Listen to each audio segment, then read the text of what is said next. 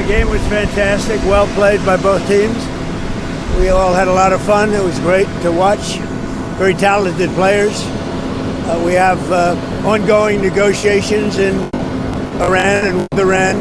That hasn't stopped. And we could have at least an idea by 1 or 2 days from now, but I think it's going well. The blockade continues to hold 100%. Nothing is getting through our blockade. No oil, no income, no nothing. Nothing's getting through the blockade. We have our great Secretary of the Interior, and we have Lee Zeldin, as you know, Environment, and you might give him a little update on what we're doing with a few different things, as long as we're here with the news, with the media. See, I'm being very nice tonight, the media. In California, I hear they speeded the process up a little bit, and they had a good result, one good result out of two. Doug, would you like to say a couple of words? Well, I would just say on the Middle East, President Trump has all the leverage, and I'm confident we're going to come out of this with a great deal. In terms of getting ready for the spectacular celebration of our amazing country, our 250th, with President Trump's safe and beautiful in D.C., what's been accomplished, want to give a shout out to everybody that works for the National Park, the U.S. Park Police, but cleaning up dozens and dozens of monuments, dozens of fountains back working again. The reflecting pool, which you've all known is near completion. It's going to be ready before the UFC event at the end of this week. So everything's going great on that front. The city's never looked better.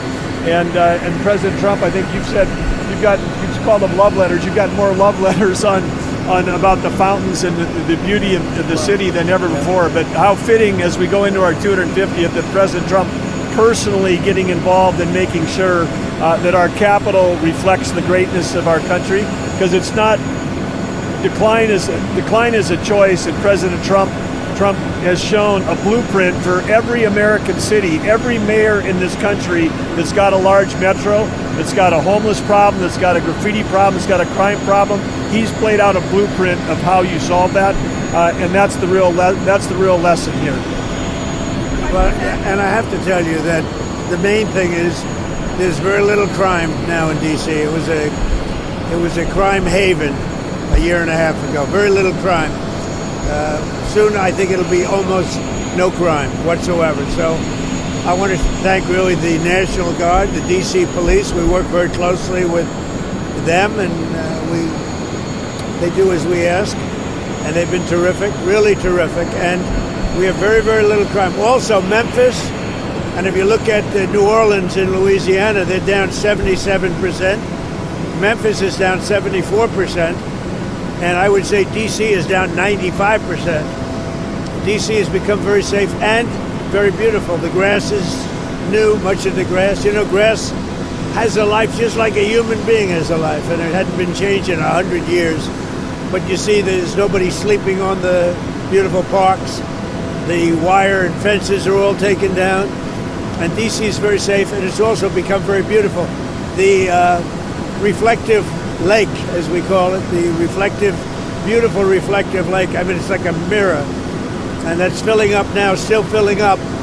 And and we increased the scope quite a bit. We've taken care of now all of the sidewalk and everything around the lake, because we have to bring it into the same shape. And a lot of it's granite. We sandblasted. It looks beautiful. And we had 22 different fountains, all of which didn't work for 40 or 50 years.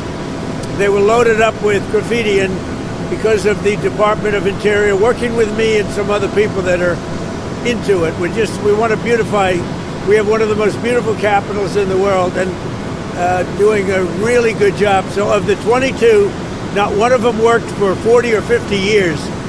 Now every one of the 22 work, and I think we have a couple of more to go, no? We're doing ribbon cuttings almost every other day, and fabulous to see all these coming back online. But what's most exciting is to see how much the people that live in Washington, D.C. and visit Washington, D.C. love coming to a safe and beautiful city. And I think it really reflects what we're celebrating here at our 250 is not just gratitude for the past and respect for all that's gone before us, but it's inspiration for the future. People come and see what America can be. You know, it's a little bit just sitting here and talking or standing here and talking to you. And we have a lot of respect for a lot of the people before me. I know some of you very well. But take a look at that plane. See that plane? That's in perfect mint condition. Take a look at that. Look at that. Isn't that amazing? And everything should look that way. We work with the military. We do a real job. But you look at the polish. Look at the way everything is beautiful. And that's the way we won D.C. And some people would laugh or smile at it, but there's nothing to smile at. So D.C.'s become really safe and really, really beautiful. And we have some great things planned, like the promenade. We've got a promenade at the Lincoln Museum, at Lincoln, and you have to see this. This will be one of the most beautiful things. The Lincoln Memorial is going to be unbelievable. It was supposed to front on the Potomac, and they built 2 highways behind it. And we're taking care of that by bridging over the highways. It's going to be beautiful what they're doing there. So we have some really, and the Ark will be maybe the greatest thing. I think the ballroom, but a combination of the ballroom and the Ark will be the 2 greatest projects of them all. So we've got a lot of exciting things happening. Getting back to other things like jobs numbers, we have record jobs. We have more people working in the United States today than at any time in the history of our country. And you see the numbers on the stock exchange. We had just today 73 records. We have 73 new highs. So out of my short 1.5 years, we've had 73 brand new highs on the various stock exchanges, and that's a record. Nobody's ever had anything like that. And that's during a military conflict. So, pretty amazing.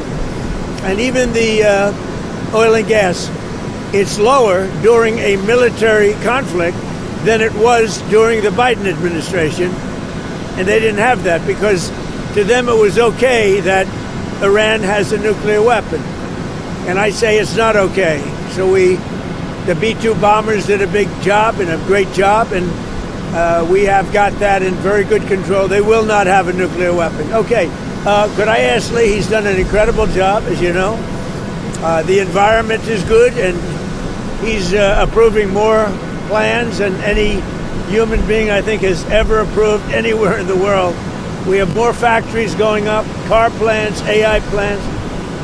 We have about $18 trillion being invested in the United States, which is a record by far. There's never been anything like it. Many, many times more than the last administration. I won't get into the numbers. The numbers are astronomical. But in the history of the world, there has never been a country that's had $18 trillion invested in it, and that's in 11 months. The last administration had much less than $1 trillion over a period of 4 years. We have 18 trillion in 11 months. We haven't gotten the final numbers on the 12th month, which will be very good. Lee, do you want to say something? Sure. Well, the Spurs, they have some good players. Wembayama, Castle did well tonight, but I'm still going with the Knicks. I think that they're going to pull it off. And Mr. President, it was awesome to be able to spend the night with you. The energy was amazing. Jim Dolan was a great host. But this Knicks team, OG Anunoby was fantastic. Jalen Brunson's Mr. Clutch. They have great heart. So I'm feeling good about how that series is going. How many games? I'm going Knicks in 5. I feel like it's a resilient, strong team. He knew every player. They're going to come out for Game 4, and they are going to deliver. Will you guys go to the 5th game in San Antonio? Oh, I don't know. We're busy with a lot of important stuff right now at EPA. Like a war. There's a lot of important stuff going on, but I happen to be in New York. We were just in Binghamton earlier today, where we believe that we should build a new Constitution pipeline to deliver natural gas from Pennsylvania to New England. We believe that New York should reverse its ban on the extraction of natural gas. We're getting held up by the governor of New York. She made a deal with us to allow us to build it, and she's holding it up. And Connecticut is suffering, and all of New England is suffering, and upstate New York is really suffering. And this is a pipeline that goes very substantially underground that nobody's going to see. And the people of New England and others are paying among the highest prices anywhere in the world, frankly. If you look at throughout the world, because we have a governor that just doesn't allow it. This has gone on for a long time, and we made a deal with her, and she broke the deal. We made a deal. We're going to give her a couple of windmills someplace because she likes windmills, which is a big mistake, and we made the deal. So I guess we're withdrawing those windmills, but she gave us two, one going out to Long Island, which is now under construction, and one going to New England. And the big one going to New England, the people in New England are paying a fortune for energy because of the fact that New York, for decades, has stopped the pipeline. So we made a deal with the governor, and she broke the deal. Speaking of New York, did you see Mayor Mamdani at the game? I did not, no. What did you think of the reception you got from the Knicks fans tonight? I thought great. I mean, I thought it was amazing, actually. You mean when they had the camera on me? I thought it was very good, yeah. It was certainly amazing. It was. I think mostly cheers. It was loud, and it was very enthusiastic. Mr. President, ESPN commentator Stephen A. Smith, who has talked about running for president, said he would blame you if the Knicks lost the game. How do you respond to that? I think he's a nice guy, but you need a certain aptitude to run for president. You need a high IQ. I'm not sure that Stephen has that. I don't think he does, actually. Mr. President, what did you say to Prime Minister Netanyahu when he spoke to him? We had a very good conversation, and he was hit, and he hit back, and I can't blame him for that. But he was hit, he hit back, and now they've called it quits, so they're going to just leave each other alone for another week or something. It's been going on for a long time. You could say about 3,000 years if you really would, but certainly it's been going on for 47 years. But no, he hit back. They were going back and forth, and now they both agreed through me to stop. And we're in the final throes of what will be a very, very good deal that will not allow in any way, shape, or form nuclear weapons, etc. And the Strait will open up right away. It'll open up immediately upon signing, which could be in 2 or 3 days. Did you ask her not to hit back? No, I said do what's right, but I want you to stop as quickly as you can, because they have to stop. It's had to do with Lebanon, and it has to stop. We want to get it finished. There's a report that an Army helicopter went down in the Strait. Can you give us an update on that? Are the soldiers okay? The pilots are fine, yeah. And was Nobody that injured. brought it down? We are going to issue a report tomorrow, but the pilots are fine, yeah.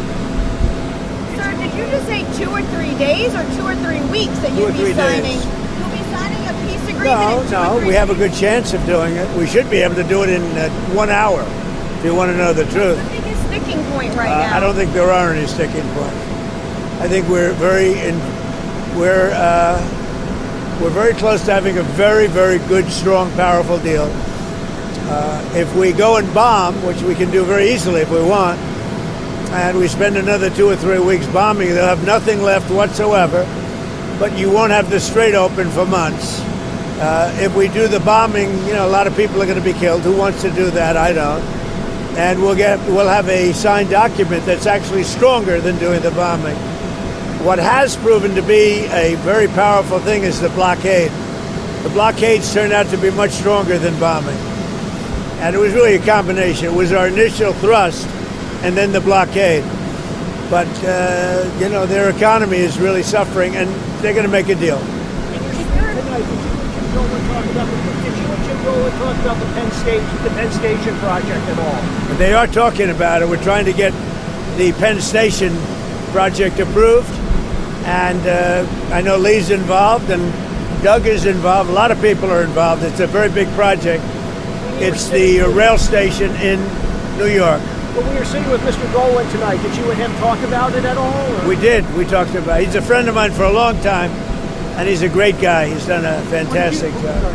What did you and Adam Silver talk about? Also at the game What did you tonight. and Commissioner Silver talk No, about? he came over to pay his respects. As president, he came over.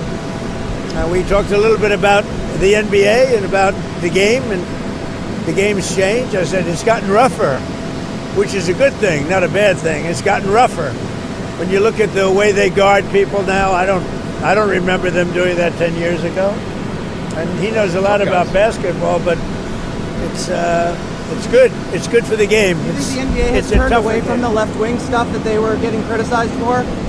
Well, it's a little left wing. Yeah, I think so. It tends to be a little bit left wing, but it's great entertainment. Great. Is there an oil or gasoline price, sir, in this conflict that would prompt you to release more from the Strategic Petroleum Reserve? Well, we are releasing more from a lot of oil's coming out of the Hormuz Strait.